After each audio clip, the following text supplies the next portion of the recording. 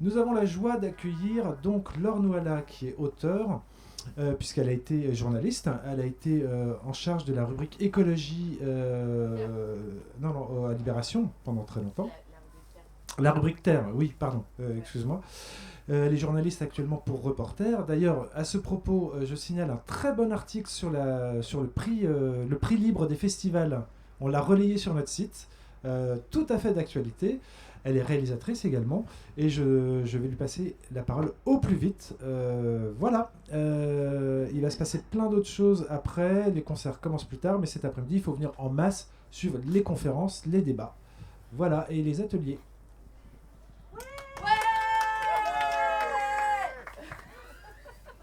Merci Christophe. Est-ce que vous voulez que je garde le micro ou pas du tout? En fait, sinon je suis comme ça. Comment ça va? Ça va là. Après, pour la captation. Pour la captation, c'est bien. D'accord, ok. En ligne, c'est pas mal qu'il y ait le micro, mais c'est juste ok. mon avis. Alors, bonjour à tous. Merci Christophe et merci au Festival de la Perma de m'avoir invité. Tu m'as invité parce que je crois parce que j'ai écrit un livre. En fait, là, votre thématique cette année, c'est l'effondrement. Or, l'effondrement, ça fait un moment que on en parle. Et il y aura des conférences très techniques d'ailleurs sur est-ce qu'il est là, est-ce qu'il n'est pas là, 20 façons de s'effondrer, quelles sont les raisons ou les causes, c'est un effondrement purement écologique ou pas. Voilà, il y aura où est-ce qu'on en est. Raphaël Stevens demain viendra pour discuter de où est-ce qu'on en est en fait. François Dulac qui est présent là-bas. Et François Dulac qui est présent aussi également.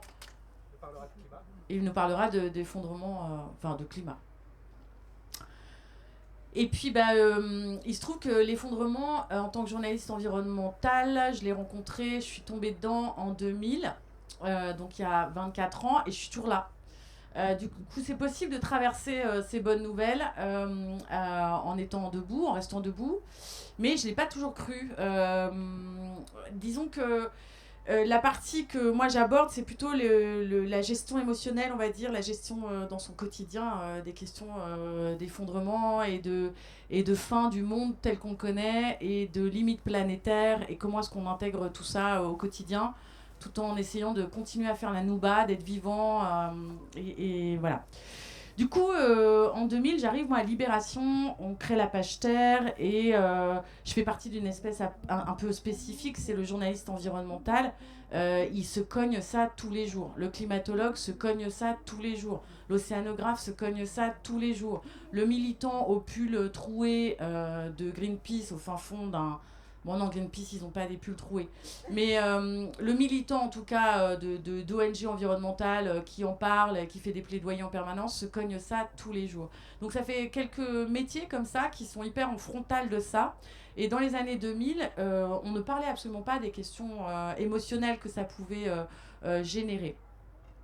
Si bien que je ne savais pas trop pourquoi moi, à titre personnel, je m'enfonçais encore plus dans la passion de révéler de quoi il retournait, c'est-à-dire que rencontrer des scientifiques qui étaient inquiets, ils ne parlaient pas d'inquiétude d'ailleurs, mais qui mettaient bout à bout des études, des modélisations, etc.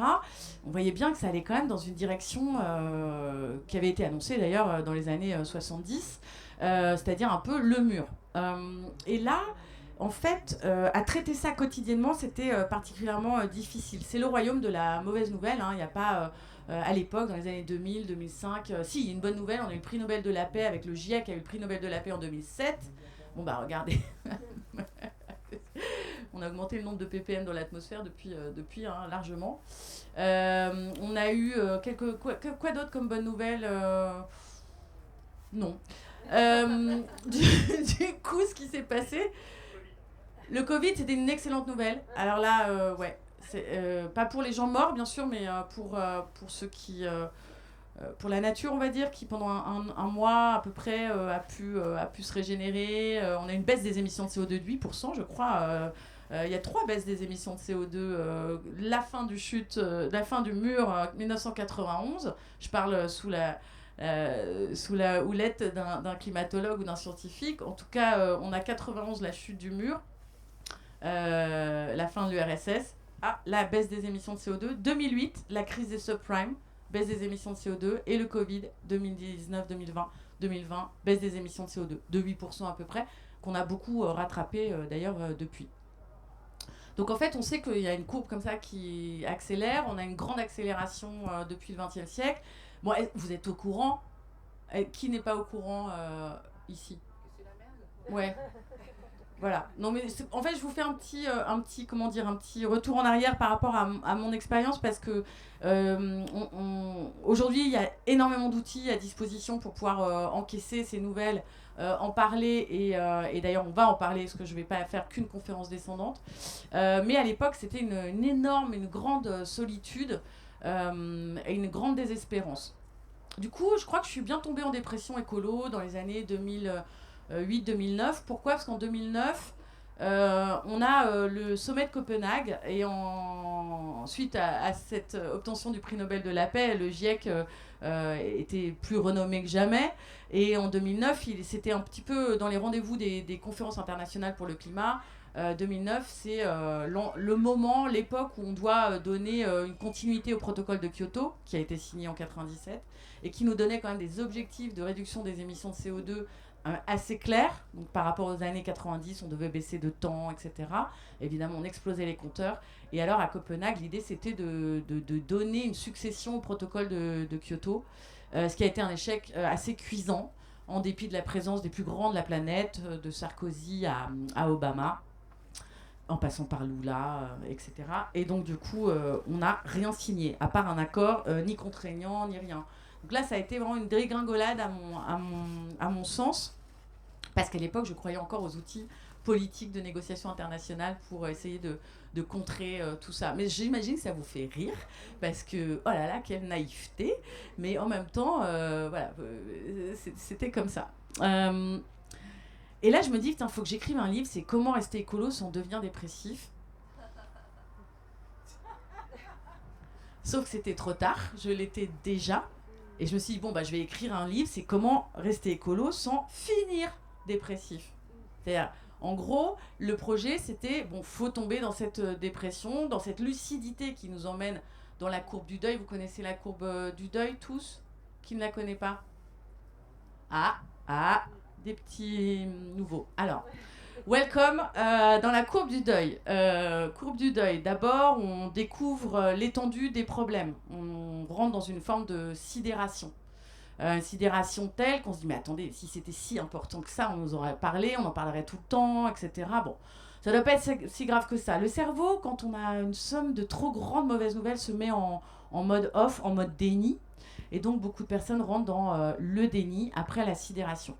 Mais le déni, c'est un peu comme une schizophrénie permanente, une dissonance cognitive, c'est-à-dire qu'on sait, on voit bien, on sent que quelque chose est en train de bouger, et en même temps, on résiste, notre cerveau résiste.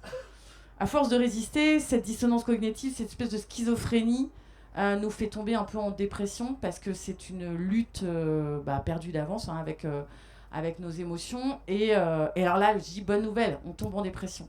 Parce que quand on tombe en dépression, on est plus vulnérable que jamais, peut-être, mais aussi, en tout cas, la majorité des cas, c'est quand même d'aller rebondir et donc d'opérer une sorte d'acceptation. Ça, c'est, voilà. Et après, de repartir, donc de se rapprocher de personnes qui vivent la même chose, d'échanger autour de ça, et après de repartir tel un boulet de canon vers l'action, vers une sorte de résilience, comme on dit. Et là, on sort un peu de la courbe du deuil. Mais il se trouve que la courbe du deuil, c'est comme une sorte de sinusoïde. Elle vient vous rattraper sur les questions environnementales en permanence. Tant qu'on n'est pas mort, quoi, en fait. Tant qu'on n'a pas cet effondrement qu'on appelle de nos voeux pour les plus collapsologues d'entre nous. Et alors, cette courbe du deuil, j'ai perdu le fil. C'était le livre. Ah, voilà. Ouais, il faut rebondir et tout ça. Et donc le livre, la courbe du deuil. Le livre, l'idée du livre naît en 2008-2009, mais je n'ai pas pu le sortir avant 2020 parce que embrasser la dépression, c'est un chemin dont on ne sait absolument pas quand on va en sortir, surtout quand, en ce qui me concerne, on continue à agiter les causes en travaillant quotidiennement sur les causes de la dépression, à savoir la déréliction du vivant, l'effondrement du vivant, les mauvaises nouvelles voilà, climatiques ou autres. Sans compter les petites catastrophes industrielles, un petit Fukushima au milieu. Enfin voilà, je vous fais pas la liste, elle est sans fin.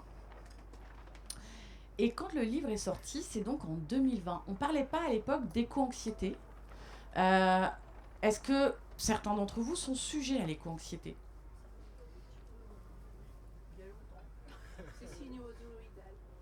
C'est sinusoïdal. C'est sinusoïdal. Quand est-ce que vous êtes tombé en éco-anxiété ? À l'adolescence.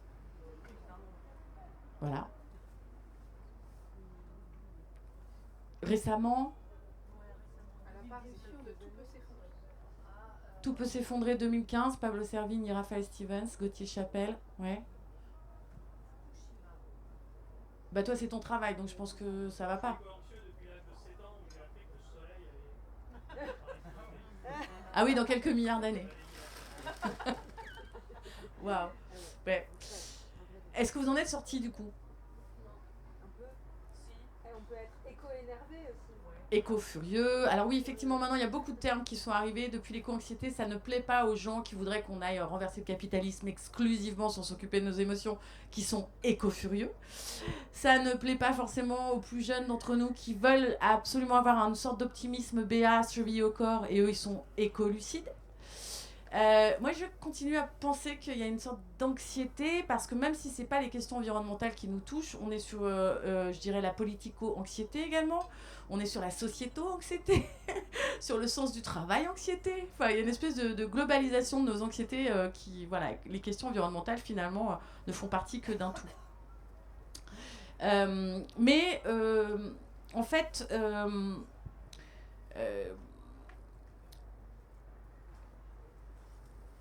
une fois que vous êtes dans la phase dépressive, alors ce livre, je ne l'ai pas écrit qu'à partir de mon expérience, ce serait un peu dommage. Je l'ai aussi également écrit en tricotant les expériences de VIP de l'écologie. Bon, souvenez-vous Nicolas Hulot, bon maintenant il est un peu tricard, faut plus en parler. Mais moi, j'ai jamais entendu parler de ses émotions, si vous voulez. Cyril Dion, très rarement, beaucoup plus maintenant, mais à une époque, pas du tout. On ne parlait pas des émotions que tout cela générait. Donc je suis allée voir un peu ces VIP de l'écologie qui nous racontaient qu'il fallait fermer l'eau du robinet, changer peut-être de mode de vie, se retourner le cerveau en dessoudant le capitalisme, très bien. Mais jamais, qu'est-ce que ça vous fait à vous d'avoir le nez dedans en permanence ?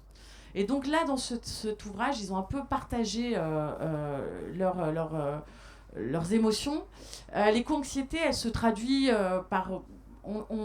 Alors, attendez, est-ce que le terme de d'éco-anxiété est apparu dans les années 2018-2019 plutôt aux États-Unis, puisque là-bas, il y a eu des tempêtes type Katrina, type Sandy à New York, etc., qui ont quand même tué pas mal de personnes et plongé d'autres dans des doutes et des tourbillons de désarçonnement.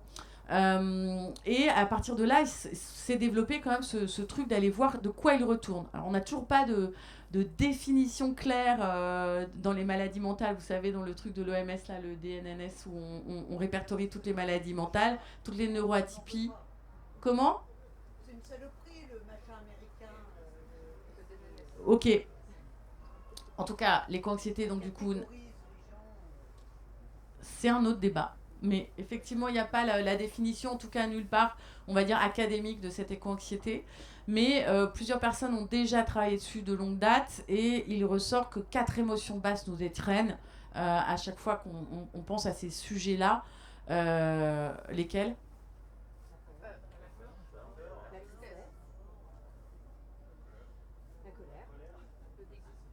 La puissance. Et l'impuissance. Voilà, colère, tristesse, impuissance et peur. Et donc c'est un peu le cocktail, c'est le cocktail un peu nucléaire, enfin de l'explosion interne nucléaire qu'on peut vivre, puisqu'on oscille de l'un à l'autre. Voilà pourquoi l'éco-fureur est tout à fait valable, mais aussi l'éco-vacuité, quoi. Enfin, c'est-à-dire je ne peux rien, je ne suis rien face à ce qui arrive, et mes petites actions et mon pipi sous la douche ne changeront pas grand-chose. Une fois qu'on a déterminé ça et qu'on est bien au fond du trou, que faire? Parce qu'à l'époque, en 2020, quand le livre sort, c'est à peu près au début, il n'y a pas de café collapse, il n'y a pas de, y a pas de recette miracle pour en sortir. Surtout quand on est au contact de ça tous les jours. Alors pour ceux qui sont dans des boulots type agriculture, quand on est, je sais pas, guide de haute montagne, on voit bien une sorte de dérédiction du vivant autour de nous. Si vous êtes dans ces thématiques-là, c'est vrai qu'on est au contact de ça. Mais l'air de rien, on est tous au contact de ça parce que si vous avez un oncle, un cousin qui travaille dans l'industrie automobile, il doit bien se demander à quelle sauce il va être mangé demain, puisqu'on va passer du thermique à l'électrique et qu'il y aura quand même des pertes assez claires de dizaines de milliers d'emplois dans ces transitions-là. Le monde est en train de transitionner vers une décarbonation. Donc, tout ce sur quoi on appuyait nos certitudes vole en éclats. Et on est tous plus ou moins concernés, que ce soit par le travail. Alors, le Covid, effectivement, en 2020, vient ouvrir encore un autre truc. C'est-à-dire qu'on s'est rendu compte qu'on pouvait s'arrêter, que c'était même souhaitable. Et à partir de là, beaucoup de gens se sont mis à bifurquer. C'est l'objet du tome 2, à savoir la bifurcation par temps incertain. Parce que c'est bien de bifurquer, de changer de vie, ça a toujours existé, hein, de se former pour faire autre chose et d'opérer une sorte de virage, en général vers la quarantaine, je ne sais pas pourquoi, quand ta deuxième vie commence en fait. Là maintenant, il y a eu une précipitation de personnes. Vous avez entendu parler de la grande démission. Aux États-Unis, environ 20 millions de personnes ont quand même quitté leur boulot dans l'été 2020. Donc c'est quand même gigantesque. En France, on a eu beaucoup de thématiques, d'ouvrages sur la crise du sens du travail. Tout ça participe en fait d'une sorte de petite révolution en cours, mais elle est encore très légère. On est tous encore incarcérés dans métro, boulot, dodo. On est là où il y a des métros, donc c'est pour ça que je dis ça, mais vivant à la campagne, je me sens moins concernée. Du coup, il a fallu aller voir un petit peu de quel côté il y avait des gens qui avaient travaillé là-dessus. Et personnellement, moi, ce qui m'a sauvé la vie, c'est un peu le travail qui relie. Qui en a entendu parler ici? Qui en a déjà fait? Ouais. Donc c'est Joanna Macy qui a mis ce dispositif, comment dire, cette méthodologie, je ne sais pas comment dire ça, cette boîte à outils au point. Joanna Macy est une spécialiste de la systémie, donc de la formulation des systèmes, et qui par ailleurs est allée, fait partie de la génération des femmes qui se sont battues un peu contre le nucléaire dans les années 70 aux États-Unis. Vous savez que les femmes étaient vraiment au front contre la question du nucléaire militaire dans les années 70 en Grande-Bretagne et aux États-Unis. Et puis, il y a eu tout un mouvement pacifiste dans cette époque-là, vous le savez, et beaucoup de militants qui s'épuisaient. Le monde renforçait son arsenal nucléaire, et dans le même temps, les militants qui avaient un peu le sens de l'histoire pour eux, on va dire, s'épuisaient et n'avaient plus de ressort. Par ailleurs, en 1986, il y a Tchernobyl. Et Joanna Macy va, dans les années 90, début des années 90, 91, dans les territoires contaminés de Biélorussie et d'Ukraine. Et elle rencontre des personnes qui souffrent d'un mal étrange.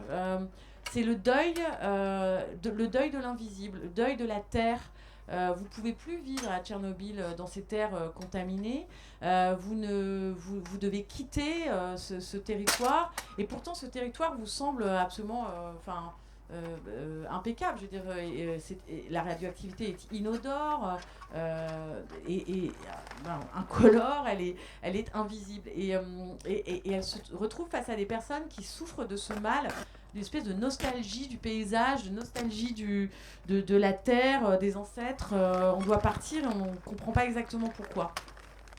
Et c'est en travaillant sur les émotions de perte, d'impuissance, de colère que ça a généré auprès des gens qu'elle a mis en point ce dispositif en s'appuyant beaucoup sur les enseignements bouddhistes. Donc je vous proposerai tout à l'heure, si vous en êtes OK, de faire quelques exercices de travail qui relient. Le travail qui relie s'appuie sur des spirales, une spirale, je dirais. En général, on va faire des stages qui durent à peu près 5 jours. Le premier jour, vous créez une membrane avec le groupe avec lequel vous allez travailler, donc une membrane de sécurité, en réalité, de confiance.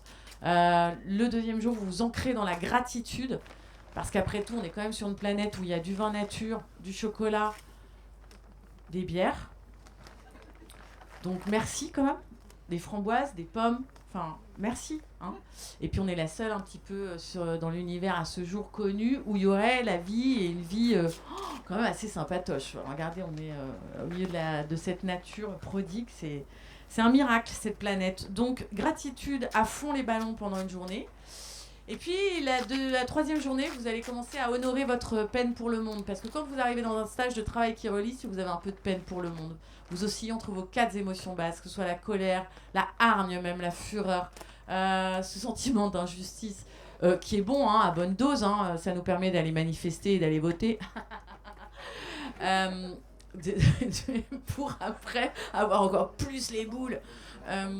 Et puis vous avez d'autres émotions comme cette impuissance, on se dit mais effectivement, enfin qu'est-ce que je peux moi là-dedans au milieu de tout ça, et on se sent mais inutile et vain et puis on a la peur alors qu'on est des enfants, qu'on n'est pas des enfants, on a une sorte de peur de l'avenir irrationnelle. Est-ce que le monde de demain ressemblera au pire scénario hollywoodien, parce qu'on est quand même pas mal biberonné à la catastrophe terminale façon Hollywood quoi. Mais heureusement il y a Bruce Willis. Non, il est plus là d'ailleurs. Je sais plus où il est aux fraises. Bon. Et alors après derrière, il y a cette tristesse. Cette tristesse qui a un nouveau nom depuis 2003, inventé par Glenn Albrecht, donc il y a un philosophe australien qui a écrit un livre extraordinaire qui s'appelle Les émotions de la Terre. Est-ce que vous connaissez ce mot qui a surgi en 2003 ? La solastalgie. La solastalgie, c'est le terme dont souffrent pas mal d'Inuits qui ne peuvent plus aller chasser sur la banquise, pas mal d'Australiens, mais même nous, on en souffre. Je veux dire, on n'est pas obligé d'aller voir des peuples autochtones ou non qui voient leur environnement se dégrader. Non, qui ici peut se targuer de retourner dans un des paysages de son enfance et dire oh, « c'est génial, ça n'a pas changé ». Ben voilà. Donc nous sommes tous plus ou moins atteints d'une forme de solastalgie, c'est-à-dire qu'on a encore toutes les conditions, on va dire, relativement confortables en France pour vivre, faire pousser du blé, etc. Mais en réalité, on sent que quelque chose est en train de se dissoudre, de se défaire sous nos yeux. Et je ne sais pas, encore une autre question pour vous, qui a pleuré devant une beauté paysagère ou une nature en train de se faire abîmer ou cingler? C'était où?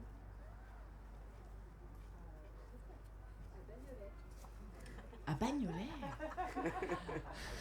Merveilleux. L'école de la pêche d'or, un chantier où il y avait des arbres qui étaient en pleine santé. Ah, c'est quand ils sont allés couper les arbres de l'école de la pêche d'or. À 5h du matin. Bah, c'est mieux, hein. À la fraîche, hors des caméras et de la présence de personnes qui pouvaient résister. C'était où? Moi, je fais des allers-retours Paris-Rouen fréquemment, et en fait, je prends une départementale, nationale, et sur 80% du chemin, t'as que de la monoculture. Donc en fait, je fais un super voyage en campagne, je vois cette dévastation. Alors, j'ai peut-être pas pleuré, mais enfin, j'ai le cœur lourd, ouais. Donc on est tous un petit peu atteints par cette solastalgie. Donc quand la troisième journée, vous allez honorer votre peine pour le monde, c'est-à-dire que vous allez rentrer dans une espèce de mandala, vous pouvez hurler votre colère, vous pouvez pleurer votre douleur et votre tristesse, vous pouvez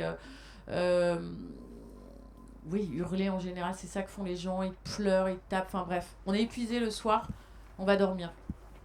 Et c'est assez magique parce qu'en fait on se dit que tiens c'est bizarre ce truc, ils sont tarés les gens, ils vont se mettre quelque part pour aller honorer leur peine pour le monde avec de purs inconnus. on se dit que bon, moi j'irai pas, j'oserais jamais, etc. Et en fait, c'est quelque chose qui prend, une espèce de catharsis collective qui prend, on est épuisé.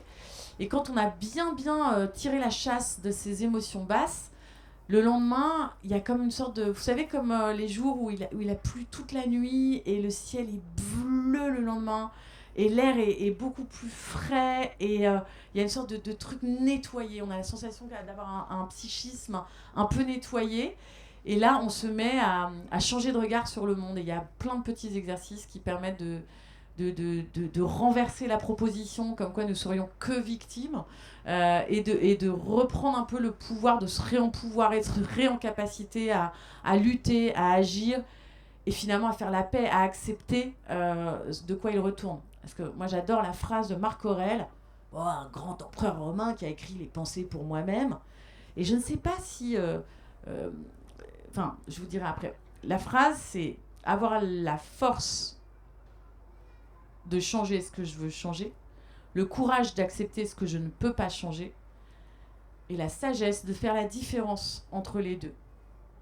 C'est important parce que beaucoup de militants s'épuisent à lutter, et il y a des choses qu'on ne peut pas changer, il faut juste avoir le courage de les accepter.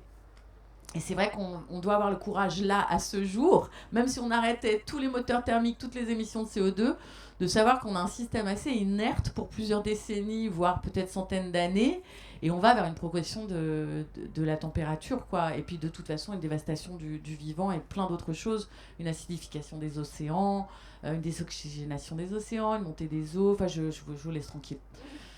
Mais du coup, c'est toi qui t'occupes du climat et des super bad news du climat. Bon ben, si vous n'êtes pas pendu, après vous pouvez enchaîner avec notre ami. Mais là, l'idée c'est pas d'être pendu à la fin là. On va faire des petits exercices de travail qui relient, vous allez voir. Donc je termine. Le 4e jour, on a donc changé de regard sur le monde, et le 5e jour, c'est aller de l'avant. Et cette journée-là est extraordinaire parce qu'en fait, en gros, on met au défi, on se dit, mais bon voilà, je vais agir, mais c'est con d'agir, agir pourquoi ? En fait, il faut reprendre la phrase de Goethe, quoi que vous croyez, quoi que vous fassiez, faites-le, l'action porte en elle la magie, la grâce et le pouvoir. La magie, parce que c'est magique d'être une société petite ou grande, des voisins, des amis, une famille, peut-être au boulot, peut-être juste ici dans une asso, où en gros, ce qui se passe, c'est qu'on sait, on n'est pas dupe, on est tout à fait lucide, mais on agit quand même. Ça, je trouve ça assez magique. C'est gracieux, parce que comme dirait Corinne Morel-Darleux, pour ceux qui connaissent son livre plutôt Couler en beauté que Flotter sans grâce, vous le connaissez ? Qui le connaît pas ? Alors, plutôt couler en beauté que flotter sans grâce. Elle est venue, Corinne, ici, non ? Non. Son dernier livre, c'est « Alors nous irons voir la beauté ailleurs », qui est particulièrement, qui était une très belle promesse également. Alors, plutôt couler en beauté que flotter sans grâce, pour ceux qui ne l'ont pas lu, d'abord, c'est un petit opus qui doit être là, parce que c'est la librairie Libertalia qui l'a édité. Et ils ont bien eu raison de l'éditer, c'est à 50 000 exemplaires. C'est ce qu'on appelle un best-seller, un long-seller. Dans le monde de l'édition, parce que voilà, il ne coûte pas 10 € et vous prenez une bonne claque. Alors la claque, c'est quoi ? C'est qu'elle fait une analogie avec... donc on est d'accord, on est en situation d'effondrement, donc voilà. Et elle propose qu'il vaut mieux couler en beauté que flotter sans grâce, là, entre les deux eaux, à attendre de manière plus ou moins passive que ça se passe. Elle fait une analogie avec le navigateur Moitessier qui, dans les années 70, se lance dans une course du Tour du Monde à la voile. Il est en tête. Et avant de franchir la ligne d'arrivée, il vire de bord et il décide de tracer vers la Polynésie. Et il leur fait comme ça, la ligne d'arrivée. En disant, en gros, non, il fait comme ça, la ligne d'arrivée. En disant, mais il refuse d'advenir, en fait. Voilà. Et elle dit, vaut mieux... Enfin, voilà, on fait partie de ce monde où on a le choix de refuser d'advenir et de continuer donc à fomenter des luttes, à résister comme jamais, et de multiplier des Notre-Dame-des-Landes fructueuses, si possible. Mais bon, c'est vrai que le système policier actuel est un peu plus complexe à dézinguer là. Je dis ça parce que quand vous allez à Sainte-Soline, au village de l'eau, quand vous allez au Burlesque, à côté du centre d'enfouissement des déchets nucléaires, les luttes sur place et locales sont très affaiblies, très surveillées, emprisonnés, enfin très réprimés, pardon, et au final, il y a beaucoup d'épuisement. Oui. Ici, il est plus possible d'ouvrir de squat. Voilà, on peut plus, voilà. Par exemple, plus de squat ouvert, etc. C'est pour ça que tu as mis ta tente là.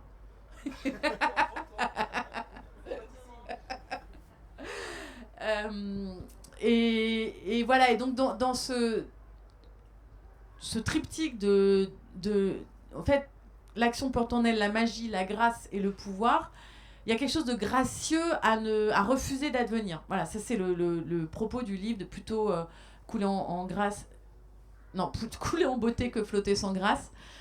Il est compliqué ce titre. Et je vous conseille, pour ceux qui ne l'ont pas lu, vous avez énormément de chance. Vous allez tomber in love. C'est très fortifiant en plus pour le moral, je trouve, cet ouvrage. Dernier élément, l'action nous donne le pouvoir, parce qu'en fait, l'action, même je dirais séditieuse, de résistance obligatoire, elle nous donne le pouvoir, on se désincarcère, on se désincarcère des systèmes en s'autonomisant, parce que le pouvoir c'est l'autonomie, et à ce jour, entre la lutte et l'autonomie, je vois pas quels horizons aller quêter, quoi. Vous sortez de là, vous sortez de ces 5 jours-là, vous avez une grosse patate. Et c'est ainsi que j'ai eu envie, moi, à Joigny, où je vis, parce que je vis depuis plus de 10 ans hors de Paris, grand bien m'en fasse. À Joigny, dans l'Yonne, je me sentais un peu seule, petite ville de Lyon, une belle endormie, 10 000 habitants, effondrée. Donc ça me plaisait vachement. Effondrée par un incendie en 1500, vous direz, je vois pas le rapport. Bah ouais, il n'y en a pas. Deuxième effondrement, c'est celui de la RGPP, la réforme générale des politiques publiques de Sarkozy. Souvenez-vous, on ferme les tribunaux, on délocalise les sous-préfectures, on ferme les services publics, etc. C'est vraiment ce moment-là où c'est clé, ça se joue. Il n'y a plus d'urgence, il n'y a plus de maternité à l'hôpital. Non. Ville de 10 000 habitants, des villes moyennes, c'est quand même une grande majorité des villes en France, c'est quand même des villes de 10 000 habitants. Et cette RGPP a fait un mal fou, puisqu'il y avait aussi le centre géographique des armées, donc à peu près 600 000 € de salaire injectés dans la ville, 1000 personnes qui partent, vous perdez 10% de votre population du jour au lendemain, les classes se vident un peu, enfin voilà, et donc la ville a été un peu effondrée. Et moi, évidemment, j'ai eu une grosse appétence pour aller m'installer là-bas, j'étais moi-même effondrée, il me fallait des villes un peu avec le décor qui ressemblait à ce qu'il y avait à l'intérieur de moi. J'étais hyper heureuse dans cet effondrement, donc j'ai découvert le Chablis, qui est pas loin, et ça commençait à mal se passer. Mais quoi qu'il en soit, dans cette envie de revenir au-delà de la question au-delà de la dépression et de l'acceptation à la Marc Aurèle, il y a sûr, mais qu'est-ce qu'on fait, quoi ? À qui je peux en parler ? Et à Joigny, il n'y avait pas vraiment de personnes qui étaient ultra mobilisées sur les questions environnementales ou même sociales. Du coup, je suis allée chercher des collapsologues à peu près partout en France et je leur ai dit, mais venez vous installer, cette ville est à prendre, c'est une belle endormie qui est à prendre. Ça veut dire quoi qui est à prendre ? Je sais pas, le mètre carré à 400 €, vous avez des écoles, il faut je sais pas, rajeunir la ville, parce que quand vous êtes dans cette ville, vous avez 18 ans, vous filez faire vos études, vous revenez pas. Donc il nous reste les fachos, les glyphosateurs, venez les collapsos, quoi. Et du coup on a fait plein d'apéros. Je vous assure que c'est un moyen d'action extraordinaire, c'est l'apéro de reliance, pour se parler, pour raconter, et puis surtout pour mettre au pot tous les rêves un peu fous, un peu fantasques qu'on avait, de tisser une sorte de tissu associatif, social, plaisant. Alors je sais que l'entre-soi n'est pas très à la mode, mais je peux vous dire que l'entre-soi fait un bien fou au milieu d'un monde assez hostile, dont on sent qu'il est hostile en tout cas. L'entre-soi, ça veut dire que quand tout le monde est un peu pareil, quand on est ma même typologie, on a fait par exemple des études, on est au courant de la crise environnementale, on est passé SP+, mais en tout cas on est auto-démerde, on est, je sais pas, les intellos précaires, voilà, les intellos précaires, ça y est, tu vois. Donc on était entre nous, là, tout va s'effondrer, l'écologie, il faut faire des trucs... et voilà. Et puis après, évidemment, on a essayé d'ouvrir, puis on s'est rendu compte qu'on avait beaucoup d'angles morts, notamment l'écologie envers les quartiers populaires. C'est sympa de dire aux gens de trier leurs déchets, d'acheter et manger bio, mais en fait, en gros, tu vas chez Aldi et tu achètes ce que tu peux. Donc enfin voilà, il a fallu que nous on retourne nos cerveaux et qu'on ouvre nos chakras, et plus que nos chakras, nos méthodologies. Et puis en fait, à la fin, on fait comme ici. Je me suis rendu compte, le truc vraiment efficace qui a marché, c'était d'acheter des vergers et de faire du commun dans des vergers collectifs. Et de faire du commun, de mettre les mains dans la terre, de plus donner de leçons sur le bio et la pomme bio et tout ça, on s'en fout complètement. Déjà, c'est d'échanger, de se parler. Demain, j'ouvre les jardins parce qu'il y a des pommes en ce moment, comme vous le savez, et donc plutôt que de les perdre, bon bah on va presser les jus, voilà, enfin c'est modeste. C'est sûr que face à Michel Barnier, ça va pas faire le poids, mais ça va nous faire du bien, je pense. Surtout le cidre. Est-ce que ça vous dirait un peu d'exercice de TQR? Parce que maintenant, vous êtes suffisamment nombreux. Ça vous dirait? Je fais un entrecroisement? Ce serait super, un entrecroisement. Vous allez faire la spirale d'un coup. 5 jours, ça va se transformer en finalement... Alors, ceux qui sont assis, couchés, là, vous mettez tous debout.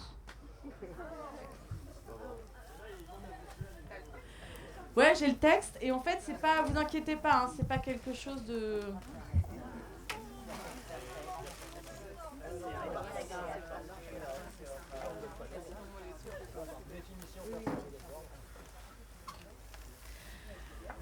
Faites place nette par rapport à ce qu'il y a au sol, parce que l'idée, ça va être de marcher comme si vous étiez... de ne pas fixer véritablement de points particuliers, de déambuler là, sous la toiture, à peu près jusqu'à ici. De vous mettre debout sans fixer de points particuliers et de commencer à utiliser l'espace pour pas... voilà, vous utilisez l'espace, vous déambulez. Comme si vous étiez sur une place de marché. Vous pouvez faire demi-tour, vous n'êtes pas obligé d'aller dans le même sens. Et vous vous déplacez en silence de préférence.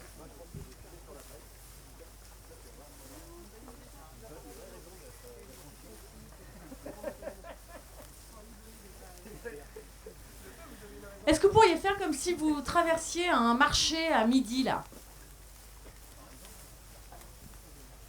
Ou le métro à la mairie de Montreuil, quand on est aux heures de pointe.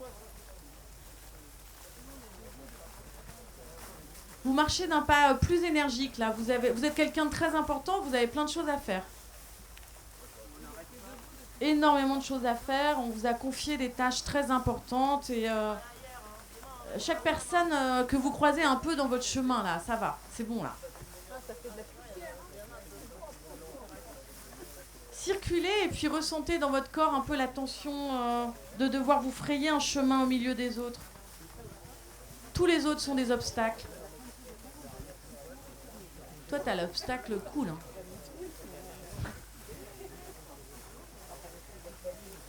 Ne vous arrêtez pas, ne parlez pas.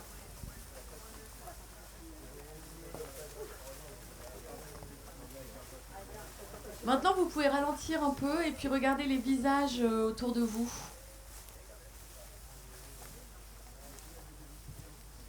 Tiens, je ne suis pas seule au monde. Vous commencez à faire un peu attention aux autres. Quand nous nous croisons, nos regards se croisent aussi.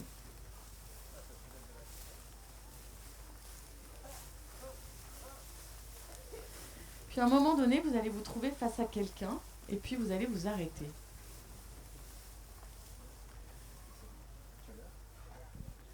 Laissez vos regards se détendre.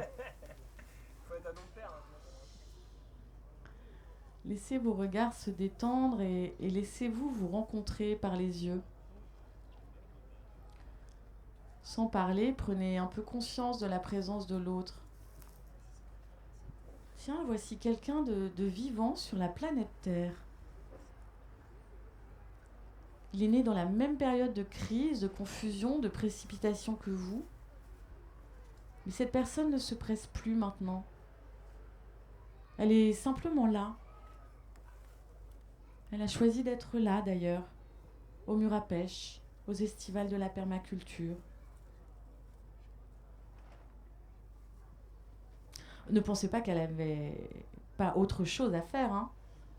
Elle aurait pu, je sais pas, être avec ses enfants, aller au cinéma, à la piscine, répondre à des mails, regarder un film.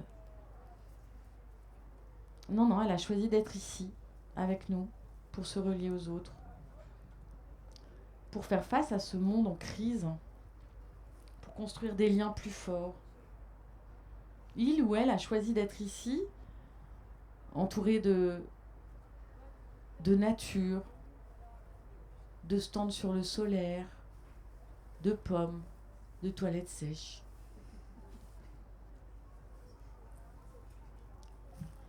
Sentez ce que cela vous fait et puis exprimez-le d'une façon qui vous semble juste à l'autre, mais sans parler.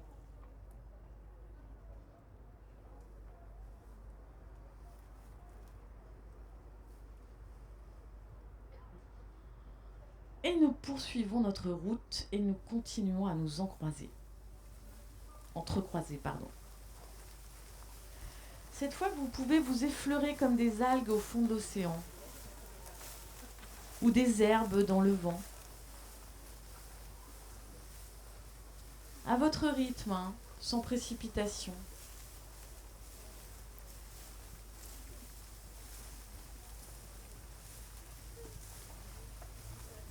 Vous vous trouvez à nouveau face à une personne.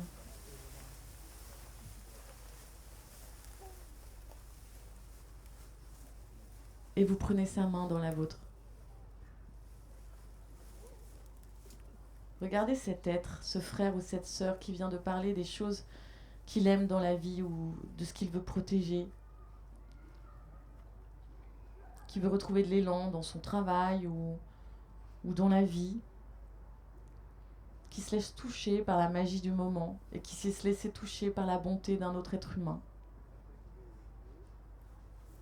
Sentez votre propre gratitude pour cela et faites-lui ou faites-leur savoir par un geste, toujours en silence.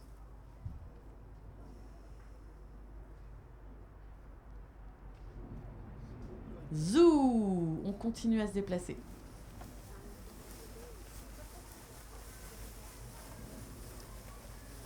Toujours comme ces herbes dans le vent, tout doucement.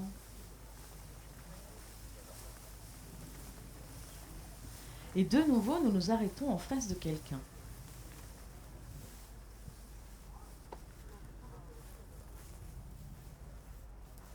Vous êtes face à quelqu'un qui a une très bonne idée de ce qui se passe dans le monde actuellement. Qui a une très bonne idée de cette nature qui se détraque, de ces saisons folles, de ces petites gouttes froides. Intuitivement, cette personne est consciente des menaces qui pèsent sur les sociétés humaines, des menaces imposées par les bouleversements climatiques ou par la 6e grande extinction des espèces. Elle sait que les terres sont bétonnées à tout bout de champ, que des forêts entières sont rasées, brûlent, entraînant la mort de millions d'êtres vivants. Cette personne en face de vous se rend compte que toute l'attention de nos dirigeants se focalise sur les difficultés économiques et financières, sur les autres, les étrangers, sur la dissolution. Et qu'ils préfèrent tous fermer les yeux sur les véritables enjeux de la vie sur Terre. Cette personne en face de vous sait que l'on menace des peuples et des dictateurs étouffe les aspirations à la liberté. Cette personne sait que les guerres peuvent éclater par surprise à des endroits où on ne les attend pas, à cause de 1000 raisons, que ce soit la raréfaction des ressources, de l'eau, du sol, des métaux, et qu'au bout du compte, il y aura à nouveau des veuves, des femmes violées, des orphelins, des enfants soldats, des hommes oubliant leur humanité, des torturés, la folie du sang répandu et de la souffrance. Cette personne, en face de vous, elle sait tout cela, et elle fait de son mieux pour ne pas fermer les yeux, pour ne pas détourner le regard. Intuitivement, elle sent l'immense danger que représente l'accaparement des semences ou l'appauvrissement génétique et culturel, la perte des savoirs ancestraux. Elle est consciente que des forêts sont rasées, des animaux vendus, des paysans chassés de leurs terres, ne serait-ce que pour satisfaire nos besoins en énergie. Elle sait tout cela et elle a fait de son mieux pour ne pas fermer les yeux. Et pour cet immense courage, exprimez votre respect d'une façon qui vous semble appropriée.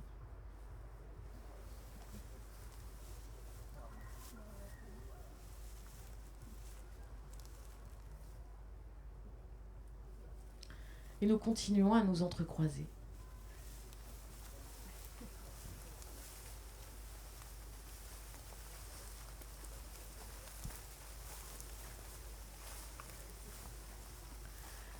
Et nous voilà à nouveau face à quelqu'un ou quelqu'une.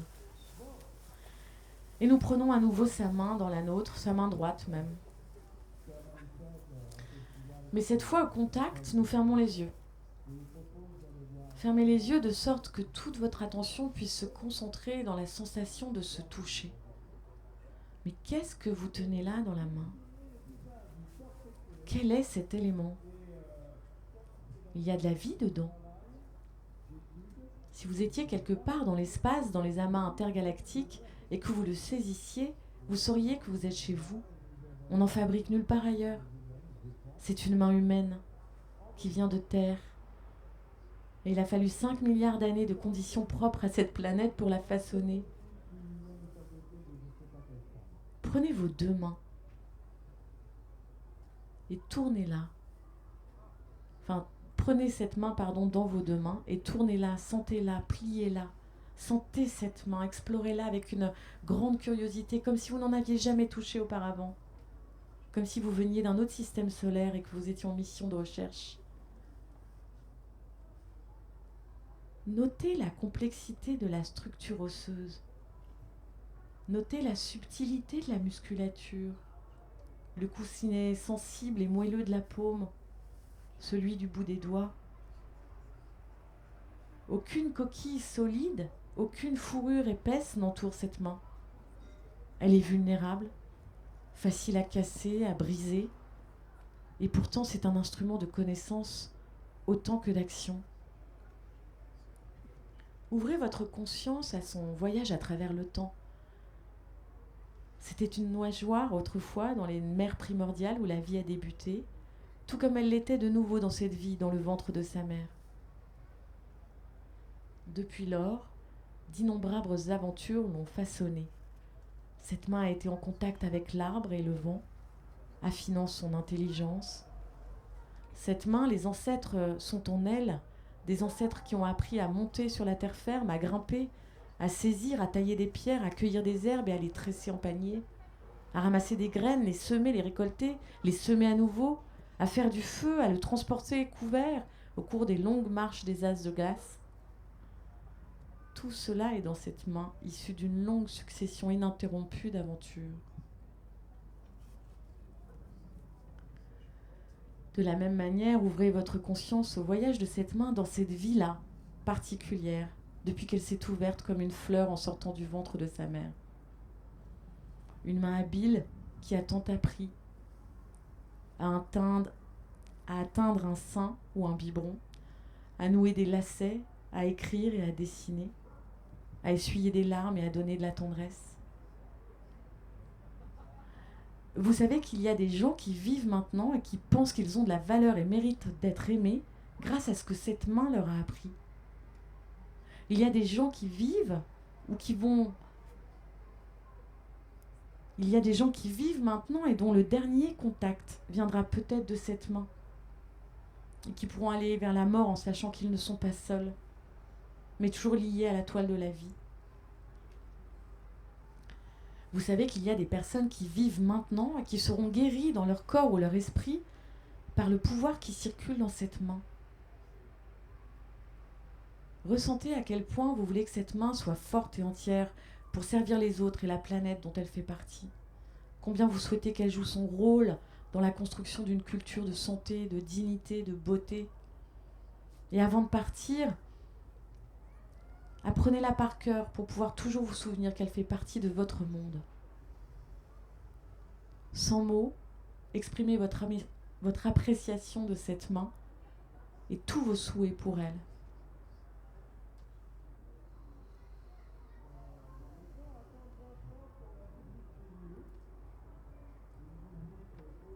Vous pouvez repartir en balade.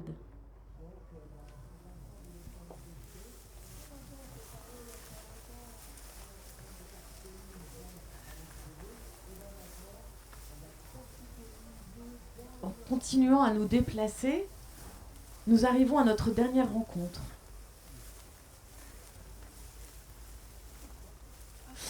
En vous faisant face, joignez avec votre vis-à-vis les paumes de vos mains à hauteur d'épaule.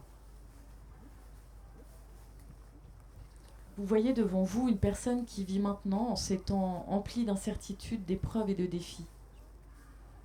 Vous savez, et elle sait, que c'est une aventure risquée, très risquée, mais aussi une formidable opportunité de donner un sens à sa vie, de faire appel à ses ressources intérieures, à ses talents, à sa créativité, d'inventer ensemble de nouvelles manières de vivre, d'être, de penser, d'agir.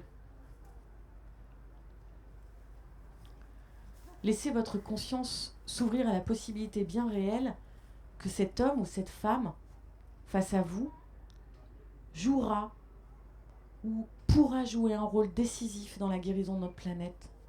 Qu'il ou elle sera juste au bon endroit, au bon moment, pour dire et faire ce qu'il faut. Laissez vraiment cette possibilité vous venir à l'esprit. Et faites-lui savoir que vous le ou la prenez très au sérieux.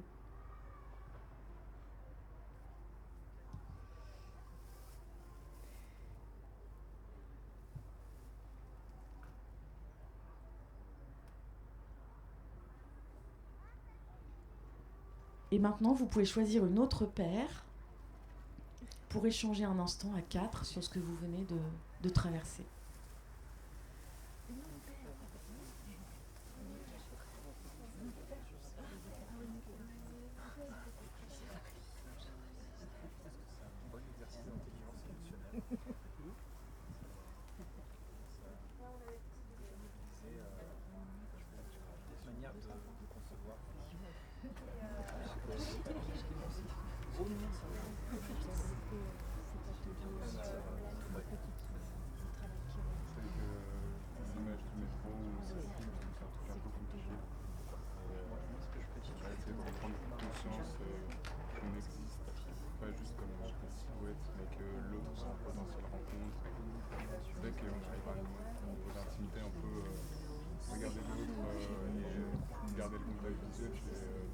Simple, on ne pratique pas toujours avec des gens qu'on ne connaît pas trop. Ah oui, ça.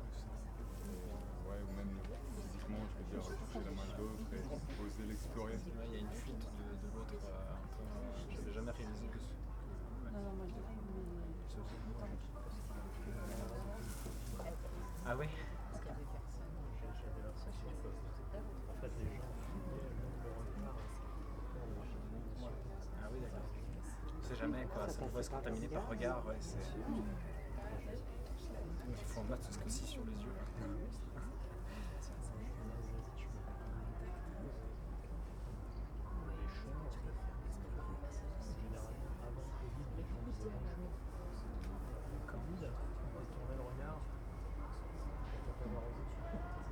Pas avoir à se retrouver dans la situation sociale étrange de mince, on peut se contaminer. Ouais, je crois que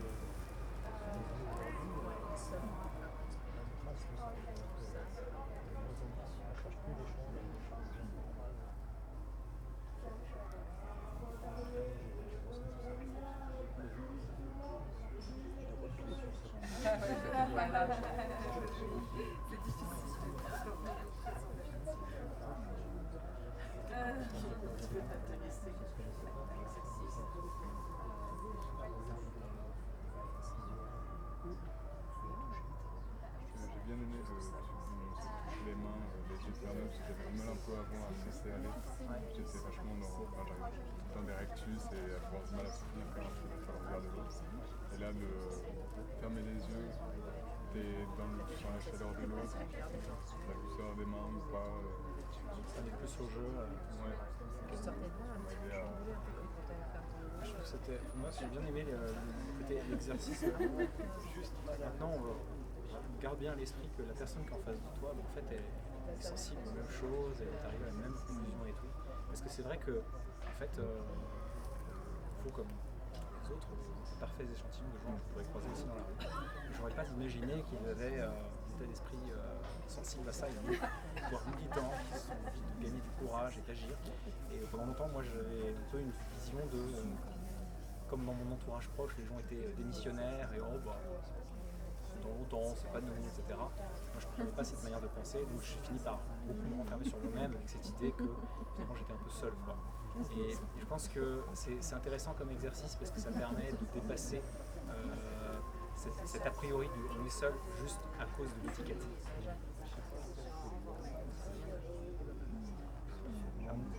Au moins que je me balade tout le temps avec une chemise en lin et là peut-être on peut commencer avec un chapeau de paille et tout. C'est pas forcément écrit sur la tête des gens, quoi. La veste que t'as créée. Oui, aujourd'hui oui, mais des fois c'est pas le cas. Ouais. Toi, François? Et moi, il me semble que le plus difficile, Si tout le monde a pu échanger, susciter des refus et ça perdure.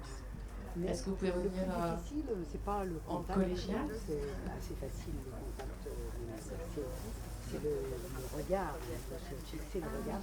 Je ressens de l'intérieur le processus. C'est très difficile. Vous pouvez reprendre une activité normale. Voilà. Merci pour vos... Mais justement, maintenant, moi, je vous propose, pour ceux qui ont envie, même ceux qui étaient un peu en extérieur et qui regardaient ou écoutaient, est-ce que ça vous a... Qui a envie de partager au groupe, à l'entièreté du groupe, son petit voyage?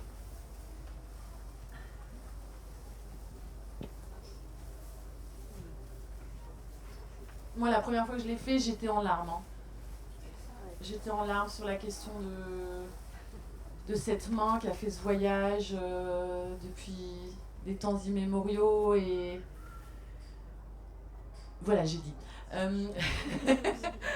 Qui a envie de partager ou de... Pour ceux qui n'étaient pas dedans, qu'est-ce que ça vous a fait? J'aime bien le texte, après je suis pas sûre de vivre plus les choses en participant en manière active. J'aime bien le texte. Qui a trouvé ça compliqué? Non, je parle plutôt sur le format. Je voulais juste partager ce que ça avait comme bienfait.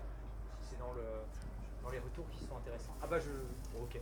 Faut parler fort aussi, hein, sinon ça. Ouais, voilà, fais ça. Voilà. Ça, on a pas besoin de nucléaire. Exactement. Donc comme j'avais déjà dit à mes petits camarades de débrief tout à l'heure, moi pendant longtemps, j'étais un peu dans ma bulle. Je pensais que j'étais seul. Ah, on n'aime pas que je crie un peu. C'est mieux comme ça.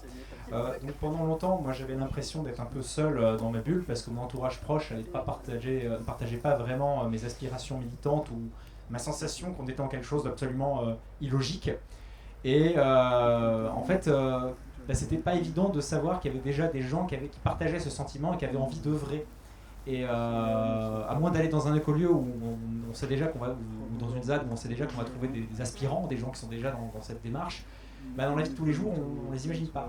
Et je trouvais que cet exercice de juste se balader dans le métro, là, comme ça, virtuellement, ou sur la place de marché, de se dire, mais en fait, l'autre aussi est au courant, et de vraiment solliciter son cerveau à se dire, on est de connivence, on est même dans le même truc, ça stimule en fait, alors, je sais pas si c'est vraiment le mot de l'espoir, on parlait de Marc Aurèle tout à l'heure, hein, pas l'espoir, mais enfin en tout cas d'être constructif et de se dire, mais en fait, peut-être il y a d'autres personnes qui sont prêts à se battre aussi et faut pas crier défaite sur le collectif tout de suite sous prétexte que la personne qu'on a en face de nous elle ressemble à des gens qui ont baissé les bras depuis longtemps.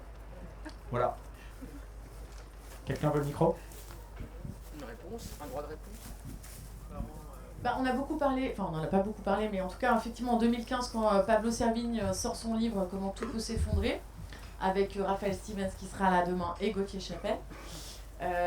En fait, les trois mènent pas mal de conférences et puis ils se rendent compte qu'ils ont mis des gens en état de sidération, de panique et qu'ils n'ont absolument aucune clé. Enfin, plein de gens prennent la parole dans leurs conférences en hurlant, en pleurant, tu vois, une espèce d'effroi, quoi, saisi d'effroi.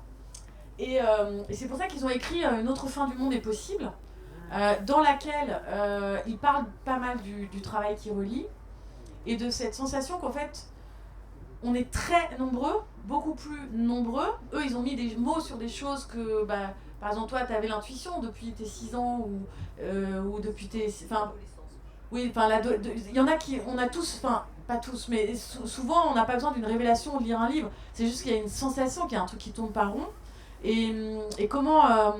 voilà, comment se compter quoi, de ça, on ne peut pas. Et l'avantage de ce livre, qui a été vendu à 200 000 exemplaires quand même, mais qui a vécu une trajectoire, je trouve, un peu triste, puisque ça a bien marché, mais tout de suite, vous avez vu la machine médiatique se mettre en place pour backlasher et éclater les collapsologues ou la collapsologie qui serait accusée de mettre les gens dans un état de tétanie, d'inaction,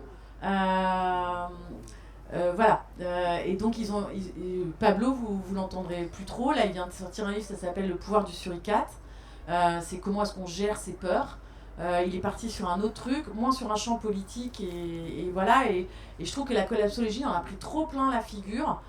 C'est vraiment l'histoire du messager dont on coupe la tête parce que voilà, il a ramené la mauvaise nouvelle. Voilà, je sais pas, il n'y avait pas de questions, je répondais pas. Et du coup, c'était super. J'aime bien.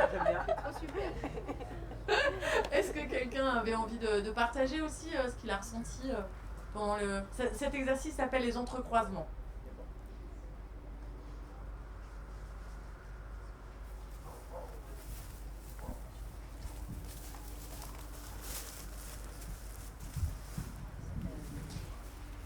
Pour moi, c'est une révision. J'avais eu la chance de faire, je crois, 1 ou 2 jours avec Célestine, qui est présente ici, mais j'avais déjà découvert ce travail. Et moi, ça m'avait fait un bien fou parce que je suis toujours en manque de profondeur dans les relations. En fait, vraiment, quand je vois quelqu'un, je suis vraiment en train de me dire, il a effectivement traversé des milliards d'années pour arriver là où il en est, pour devenir un être humain. Et oui, effectivement, c'était il y a très longtemps un poisson, un batracien, avant un poisson, avant une algue. Et je vois vraiment les gens comme ça. Et je peux pas le dire dans la vie de tous les jours. Et ce truc m'a fait un bien fou parce que je pouvais regarder les gens en pleurant, en les serrant dans mes bras, en leur disant ou sans leur dire que je les aimais, mais au moins je pouvais l'exprimer. Alors que dans la vie de tous les jours, c'est un peu difficile, si tu veux. Dans le métro, c'est un peu chaud, quoi. Tu peux pas trop te le faire. Et là, je pouvais m'exprimer, c'était génial. Donc merci pour ce travail et merci de nous le faire découvrir ou redécouvrir. Moi, je voulais juste évoquer le... Non, ça m'a fait penser au théâtre de l'opprimé. Ça m'a fait penser au théâtre de l'opprimé. Enfin, voilà, à toute cette méthode de comment est-ce qu'on travaille ensemble à mettre en jeu et à trouver des solutions.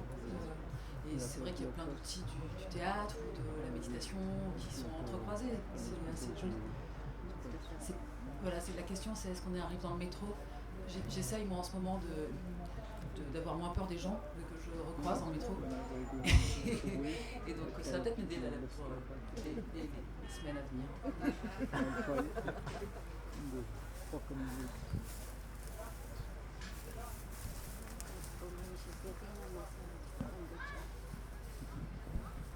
Alors moi je vais vous dire un truc, c'est terminé parce que comme on dit chez les Kennedy, on va pas se laisser abattre. Le temps qu'elle monte au cerveau. Et là on peut aller boire des coups. C'est fini. Il n'y avait pas de début, il n'y avait pas de temps, il n'y avait pas de milieu.